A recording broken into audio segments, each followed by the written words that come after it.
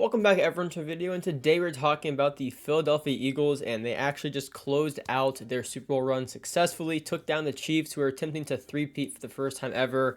Really crazy stuff. So just to jump right into it, I'm going to go ahead and just kind of rewind real quick for those of you that might be new to the channel or maybe forgot, whatever it is. I did a playoff prediction video, which you guys really seem to like, so thank you for all the support on that. And I had the Eagles losing first round, so that didn't age well. And what's funny is all offseason, I felt like Kellen Moore was going to really help that offense. I didn't like Brian Johnson, the offensive coordinator the year prior, who kind of like brought the Eagles down, at least in my opinion. So with the offensive coordinator change, you brought in Saquon, I was like, okay, this is it. I'm really confident in the Eagles. And I picked, in my video where I was predicting awards at the beginning of the year, I picked Jalen Hurts to win MVP. I was that confident. And then for some reason, I just lost faith in him over the course of the year. Not saying he was put up MVP numbers, but I was that confident in the Eagles at some point, and then whenever it mattered most, I kind of fumbled my prediction. But seriously, though, all that aside, Eagles really exciting as far as just not only what this win means or this Super Bowl means to this team, but a lot of the players on here, like Saquon Barkley, who has not really had the chance to do anything in the meaningful games in January because he was stuck on the Giants. When he did, he made it count. He was great against the Vikings back in 2022 in the playoffs and that win they had. But finally, he got put in an offense that thrives with him, and I mean, he made it count. So right here are the regular season numbers. We'll also go to the playoff numbers, but just to start out right here, just kind of a brief recap. Now, a big talking point of this video and a lot of just people's opinions on this season is Jalen Hurts, because Hurts, in my opinion, is one of the most polarizing quarterbacks in the entire league. I think you will find 5 different people who have different opinions on him. You either love Jalen Hurts, or you're somewhere in the middle, or you just really don't like Jalen Hurts. And I think for the most part, I've been very positive about Hurts on this channel. I had him as high as top 5 a couple of years ago with me really jumping the gun, which is definitely too much. I wouldn't even put him top 5 right now. But I do think the one thing people kind of fail to realize about him is that these numbers are not, pretty. They're not jumping off the page. 18 touchdowns to 5 interceptions. Yeah, he kept the ball out of harm's way. You always love to see it. He's not putting up these 35 touchdown seasons. I mean, unless you're counting his rushing touchdowns, which a lot of them are tush pushes. Regardless, though, people like to look at that and go, oh, he's not that great, not the strongest arm, whatever. But for the offense that is built in Philadelphia, Hurts does exactly what he's supposed to. It's not really made for him to have these games where he throws for 300 yards and 4 touchdowns in this explosive offensive performance. It's really not really meant for that. If it happens, great, but has it happened at all? No, and look how successful they are. Hurts is able to operate this offense very well. They do a great job of getting all their playmakers involved, and this is an offense with plenty of playmakers that we've seen now with Devontae Smith, one of the most underrated wide receivers in the entire NFL, in my opinion. A.J. Brown, who's excellent. Then, of course, Saquon Barkley. Dallas Goedert, very solid tight end as well. You brought in Jahan Dotson before the season started. Didn't do a whole lot, but, he's there for what it's worth. But regardless, so with all that said, I think Hurts is a good quarterback. I think he gets too much hate sometimes. It's easy to lose your confidence in him because some of his bad games are really bad, and they just do not look pretty at all. But he is a solid quarterback, and he keeps his team in positions to win while limiting turnovers. At the end of the day, that's really what you're shooting for in an offense that's this versatile. So again, Saquon Barkley on the year, 2,000 yards and 13 touchdowns. Phenomenal year, one of the best seasons ever for a running back. I believe he became the 7th running back ever to hit 2,000 yards in a single season. So congrats to him. Awesome to see. Phenomenal player. Going on to receiving, though, A.J. Brown led the way with 1,000 yards. Devontae Smith shortly behind him with 830.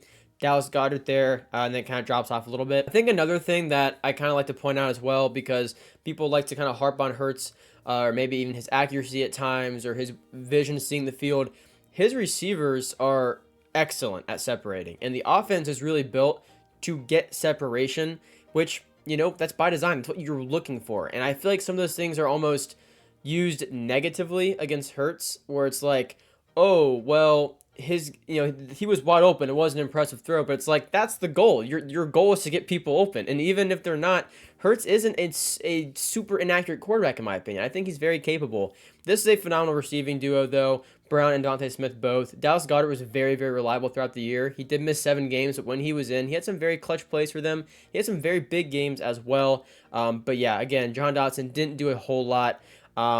Saquon Barkley still kind of utilized there in the passing game. It was just a great season all around offensively for the Eagles. And then this defense is one that if we want to rewind last year, let's go back to last offseason. This is a defense that needed some retooling. Not quite rebuilding where you need to just blow up the whole roster, but it definitely needed help because it struggled at times. You didn't have a lot of depth. And the Eagles, Howie Roseman, he did that. He knew exactly what he was going to do. You bring back C.J. Gardner-Johnson. You use your top 2 picks in the draft on someone like Cooper DeJean and Quinion Mitchell. Both are absolute studs in the secondary. Both are phenomenal players. I cannot drive that point home enough. Seriously, that depth was all the difference. And the depth is kind of like what you were shooting for. Obviously, you want, day one starters out of your high draft picks. But, I mean, at the very least, you got depth players. And the added bonus, they were both hits. They were both excellent starters. DeJean was excellent. Quinn Mitchell was excellent. Really all you could ask for from 2 rookie cornerbacks. Both are absolute studs. And just, again, amazing drafting from the Eagles GM there, Howie Roseman. Also, the year prior, they brought in Jalen Carter. Nolan Smith in recent years was brought in as well. So this was a work in progress. This was a roster built with intention. I think sometimes you can kind of see rosters that have some filler players in there, some veterans, whatever, kind of throw the spots in there. This was built with a clear vision in mind, and what we just saw this past year was kind of the finishing touches of getting those guys in the secondary, and it worked beautifully. And getting C.J. Gardner-Johnson there too. Don't let that go, kind of under the radar, because that was a big move to bring him back, and he was excellent for them. Also, huge props to Reed Blankenship, who's always does his role very well. He's a great player, really attacks the ball well. Hits very hard. He gets some flags, but, it's that aggressiveness you like. Zach Bond, though, that is someone that, I'm going to be honest, I did not know a lot about him prior to this year. So I have to kind of do my research on him now that the season's over, going to the next year because he's one of their bigger players now. But just amazing year. They probably wouldn't have got where they were without him. That sounds like a huge exaggeration, but seriously, these leaders on the defense, like Gardner-Johnson, like Zach Bond, like Jalen Carter, it goes a long way. It goes a lot further than a lot of people realize. And I do truly believe Zach Bond kept this defense in games sometimes. He gave them that extra push, that extra spark to stay in some of those games, and that adds up.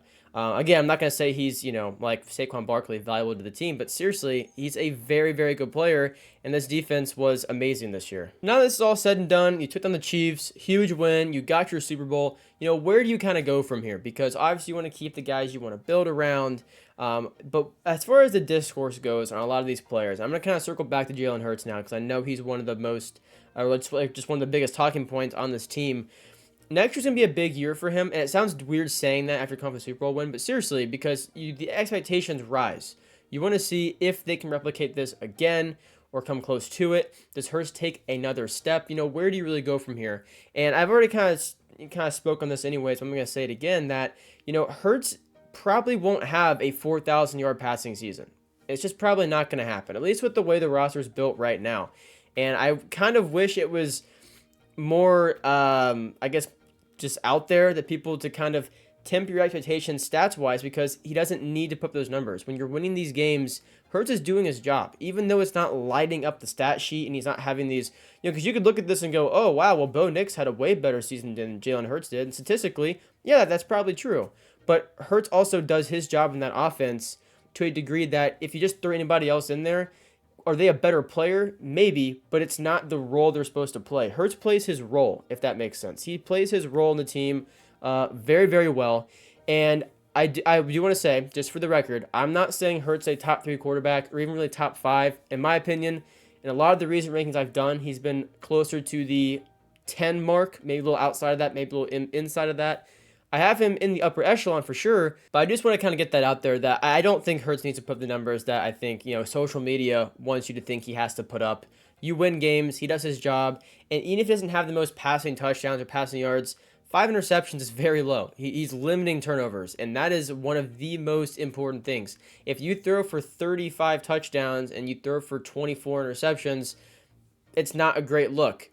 18 touchdowns, yeah, it's not a lot. 5 interceptions, though, you're really limiting turnovers. So I can't even talk on that enough, though, of how I think that goes under the radar a lot of times, too. Hurts is a good quarterback. Don't let anyone tell you differently. But, again, the top 3 talks might be a little too much. I just want to make this video, though, talking about just kind of concluding the season. Now that it is over, we're kind of now advance to my videos going over a lot of the team's expectations for next season, especially the draft, though. Before we get there, have a lot of draft content this year planned. I kind of slacked last year. We did 1 mock draft. I want to do at least 3 this year, so be on the lookout for that. If that interests you, make sure to hit the subscribe button. It is free and takes just a second.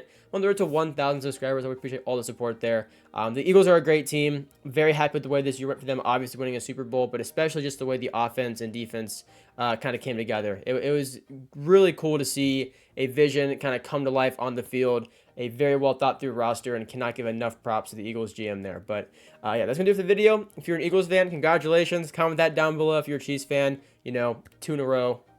You can't complain too much. I'm sure you'll be back very shortly anyways. But yeah, that's gonna do it for the video. Thanks for watching. I do really appreciate it. I'll see you guys in the next one. Peace out.